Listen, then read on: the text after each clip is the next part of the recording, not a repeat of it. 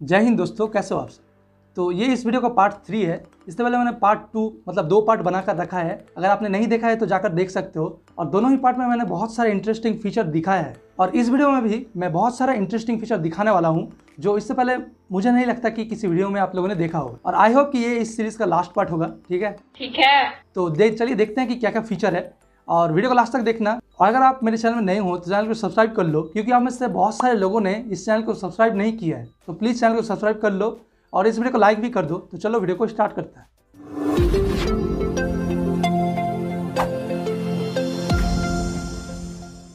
तो ज़्यादा time waste ना करते हुए चलिए देखते हैं कि पहला फीचर क्या है।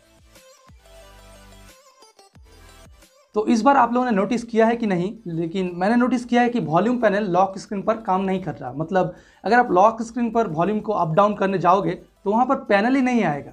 जैसे कि आप यहाँ पर देख सकते हो, पैनल शो ही नहीं कर रहा है। तो अपडेट से पहले आप लॉक स्क्रीन के अंदर कोई भी कनेक्शन सेटिंग्स को, मतलब नोटिफिकेशन पैनल के अंदर कोई भी कनेक्शन सेटिंग्स को कस्टमाइज नहीं कर सकते थे, ऑन या ऑफ नहीं कर सकते थे, लेकिन उस टाइम आप वॉल्यूम अप डाउन कर सकते थे। बट इस बार अपडेट के बाद ये चेंज कर दिया इन लोगों ने। और वॉल्यूम को चेंज करने के लिए आपको सिंपली अपने मोबाइल को ओपन करना है, उसके बाद ही आप वॉल्यूम को चेंज कर सकते हो।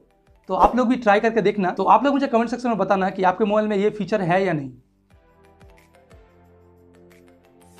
तो यहाँ पर अगला वाला जो फीचर है ये मुझे बताया है मेरे एक सब्सक्राइबर ने। उन्होंने कमेंट पर बताया था मुझे। बेसिकली ये फीचर है रिसेंट एप्लीकेशन के ऊपर। मतलब कोई एप्लीकेशन यूज़ करते करते आप अगर उस एप्लीकेशन के रिसेंट पर जाकर उसको लॉक कर दे, तो पहले होता था कि लॉक एप्लीकेशन को भी आप रिसेंट से मतलब हटा सकते थे, लेकिन इस बार अपडेट के बाद आप उसको हटा नहीं सकते। एप्लीकेशन को वहाँ से रिमूव करने के लिए आपको सिंपली लॉक को अनलॉक करना होगा पहले, उसके बाद ही आप रिमूव कर सकते हो। तो मुझे लगता है ये प्राइवेसी के लिए बहुत ही बढ़िया है। और उसके अलावा अगर कोई आप इंपॉर्टेंट काम करते हो कोई एप्लीकेशन के अंदर, और ऐसा होता है अक्सर कि गलती से रिसेंट एप्लीकेशन में जाकर आपके हाथों से ही वो रिमूव हो जाता है, तो इस बार वो नहीं होगा अगर आपने उस एप्लीकेशन को लॉक कर दिया है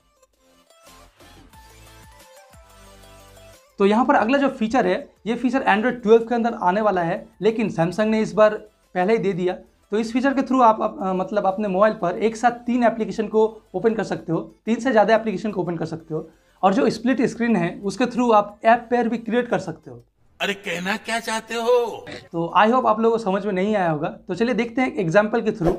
और मान लो कि आप कोई एप्लीकेशन यूज़ करते हो और उसको स्प्लिट स्क्रीन पर ओपन करते हो, देन आपको सिंपली ये करना है कि आपका जो साइड पैनल है उसको ओपन करना है और वहाँ पर जो एप्लीकेशन है उन एप्लीकेशन में से कोई एप्लीकेशन को आपको ओपन करना है।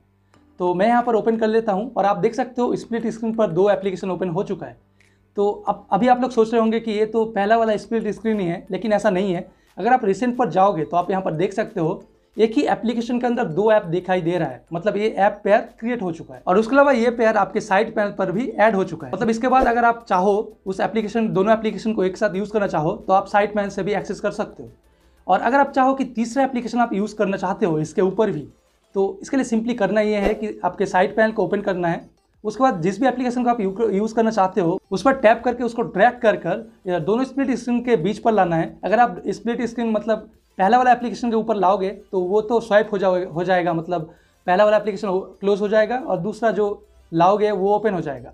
लेकिन ऐसा नहीं करना, आपको दोनों एप्लीकेशन के बीच में लाना है, उसके बाद ये पॉपअप व्यू पर ओपन हो जाएगा। तो यहाँ पर आप ऐसे ही 3 एप्लीकेशन को एक साथ यूज़ कर सकते हो।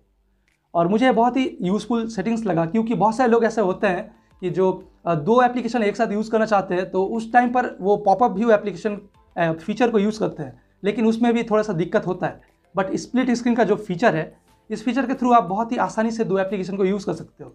जैसे कि बहुत सारे लोग होते हैं कि यूट्यूब या फिर कोई क्रोम ब्राउज़र दोनों को एक साथ यूज़ करना चाहते हैं, तो उस केस में ये बहुत ही यूज़फुल होगा।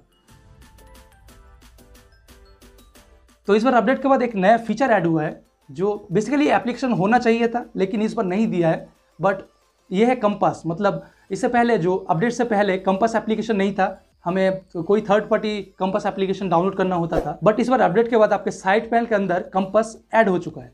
तो आपके साइड पैनल को यूज़ करके आप अपने मोबाइल पर कंपास फीचर को यूज़ कर सकते हो। दूसरा कोई एप्लीकेशन डाउनलोड करने का मतलब कोई ज़रूरत नहीं। तो यहाँ पर जो अगला फीचर है ये भी मुझे मेरे एक सब्सक्राइबर दोस्त ने बताया है। तो इस फीचर के थ्रू आप वन हेड मोड को थोड़ा सा कस्टमाइज़ कर सकते हो। इससे पहले आप राइट या फिर लेफ्ट पर स्वाइप कर सकते थे वन हेड मोड के अंदर, लेकिन इस बार इन लोगों ने एक नया फीचर दिया है, एक नया ऊपर एक बार जैसा देखने को मिल जाता है। उसको यूज़ करके आपका जो वन हैंड मोड का विंडो है उसको वर्टिकली मूव कर सकते हो। इससे पहले ये नहीं होता था, लेकिन इस बार अपडेट के बाद ये आया है, तो बहुत से लोगों के लिए यूज़फुल है।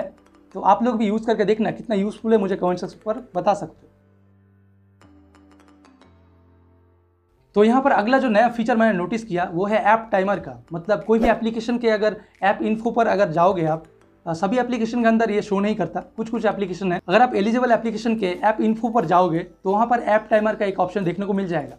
बेसिकली ये ऑप्शन ये है कि इस ऑप्शन के अंदर आप देख सकते हो उस एप्लीकेशन को आपने उस दिन पर कितने देर के लिए यूज़ किया था, या फिर वीकली ऑप्शन भी है यहाँ पर ऊपर, तो वीकली कितना यूज़ किए हो वो भी आप यहाँ पर देख सकते हो। उसके अलावा नीचे एक और ऑप्शन मिल जाता है, बहुत ही यूज़फुल ऑप्शन है मुझे लगा, कि इस ऑप्शन के थ्रू आप सेट कर सकते हो डेली कितना टाइम के लिए आप उस एप्लीकेशन को यूज़ करना चाहते हो। तो ऐसा होता है कि बहुत से लोग कोई एप्लीकेशन का मतलब बहुत एडिक्टिवली यूज़ करते हैं, बहुत ही ज़्यादा यूज़ करते हैं, जो उन लोगों के स्टडी या फिर हेल्थ के लिए भी प्रॉब्लम ला सकता है।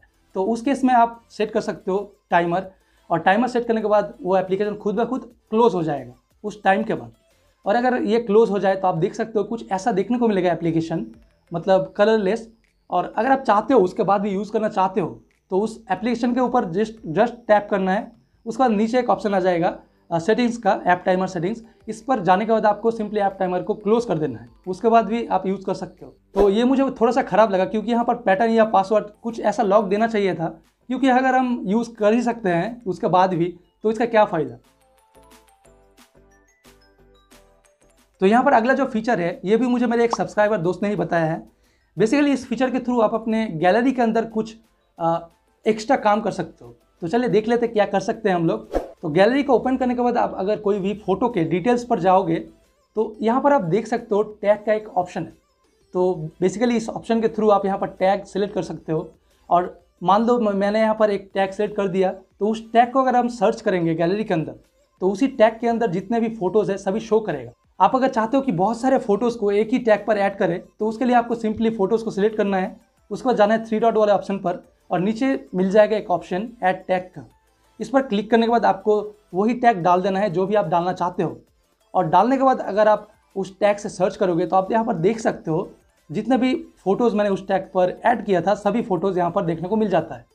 तो ये बहुत ही मुझे यूज़फुल फीचर लगा, जो आप यूज़ करके देख सकते हो, और कितना आप लोगों के लिए यूज़फुल है मुझे कमेंट सेक्शन पर बता सकते हो। तो यही थे कुछ फीचर। और पिछले वाले मैंने बग वाले वीडियो पर एक बग दिखाया था जहाँ पर मैंने बताया था कि डेटा के अंदर कोई भी मतलब इन्फॉर्मेशन शो नहीं कर रहा। तो वो कोई बग नहीं है, वो एंड्रॉयड 11 का ही एक फीचर है जो प्राइवेसी के लिए है। मतलब इससे पहले कोई भी एप्लीकेशन, कोई भी गेम का OBB या फिर डेटा फाइल डाउनलोड करके कोई थर्ड पार्टी वेबसाइट से हम लोग सिंपली कॉपी पेस्ट कर लेते थे, तो वो हम ना कर पाए, इसीलिए ये ऑप्शन दिया है इस बार। तो वो कोई बग नहीं है।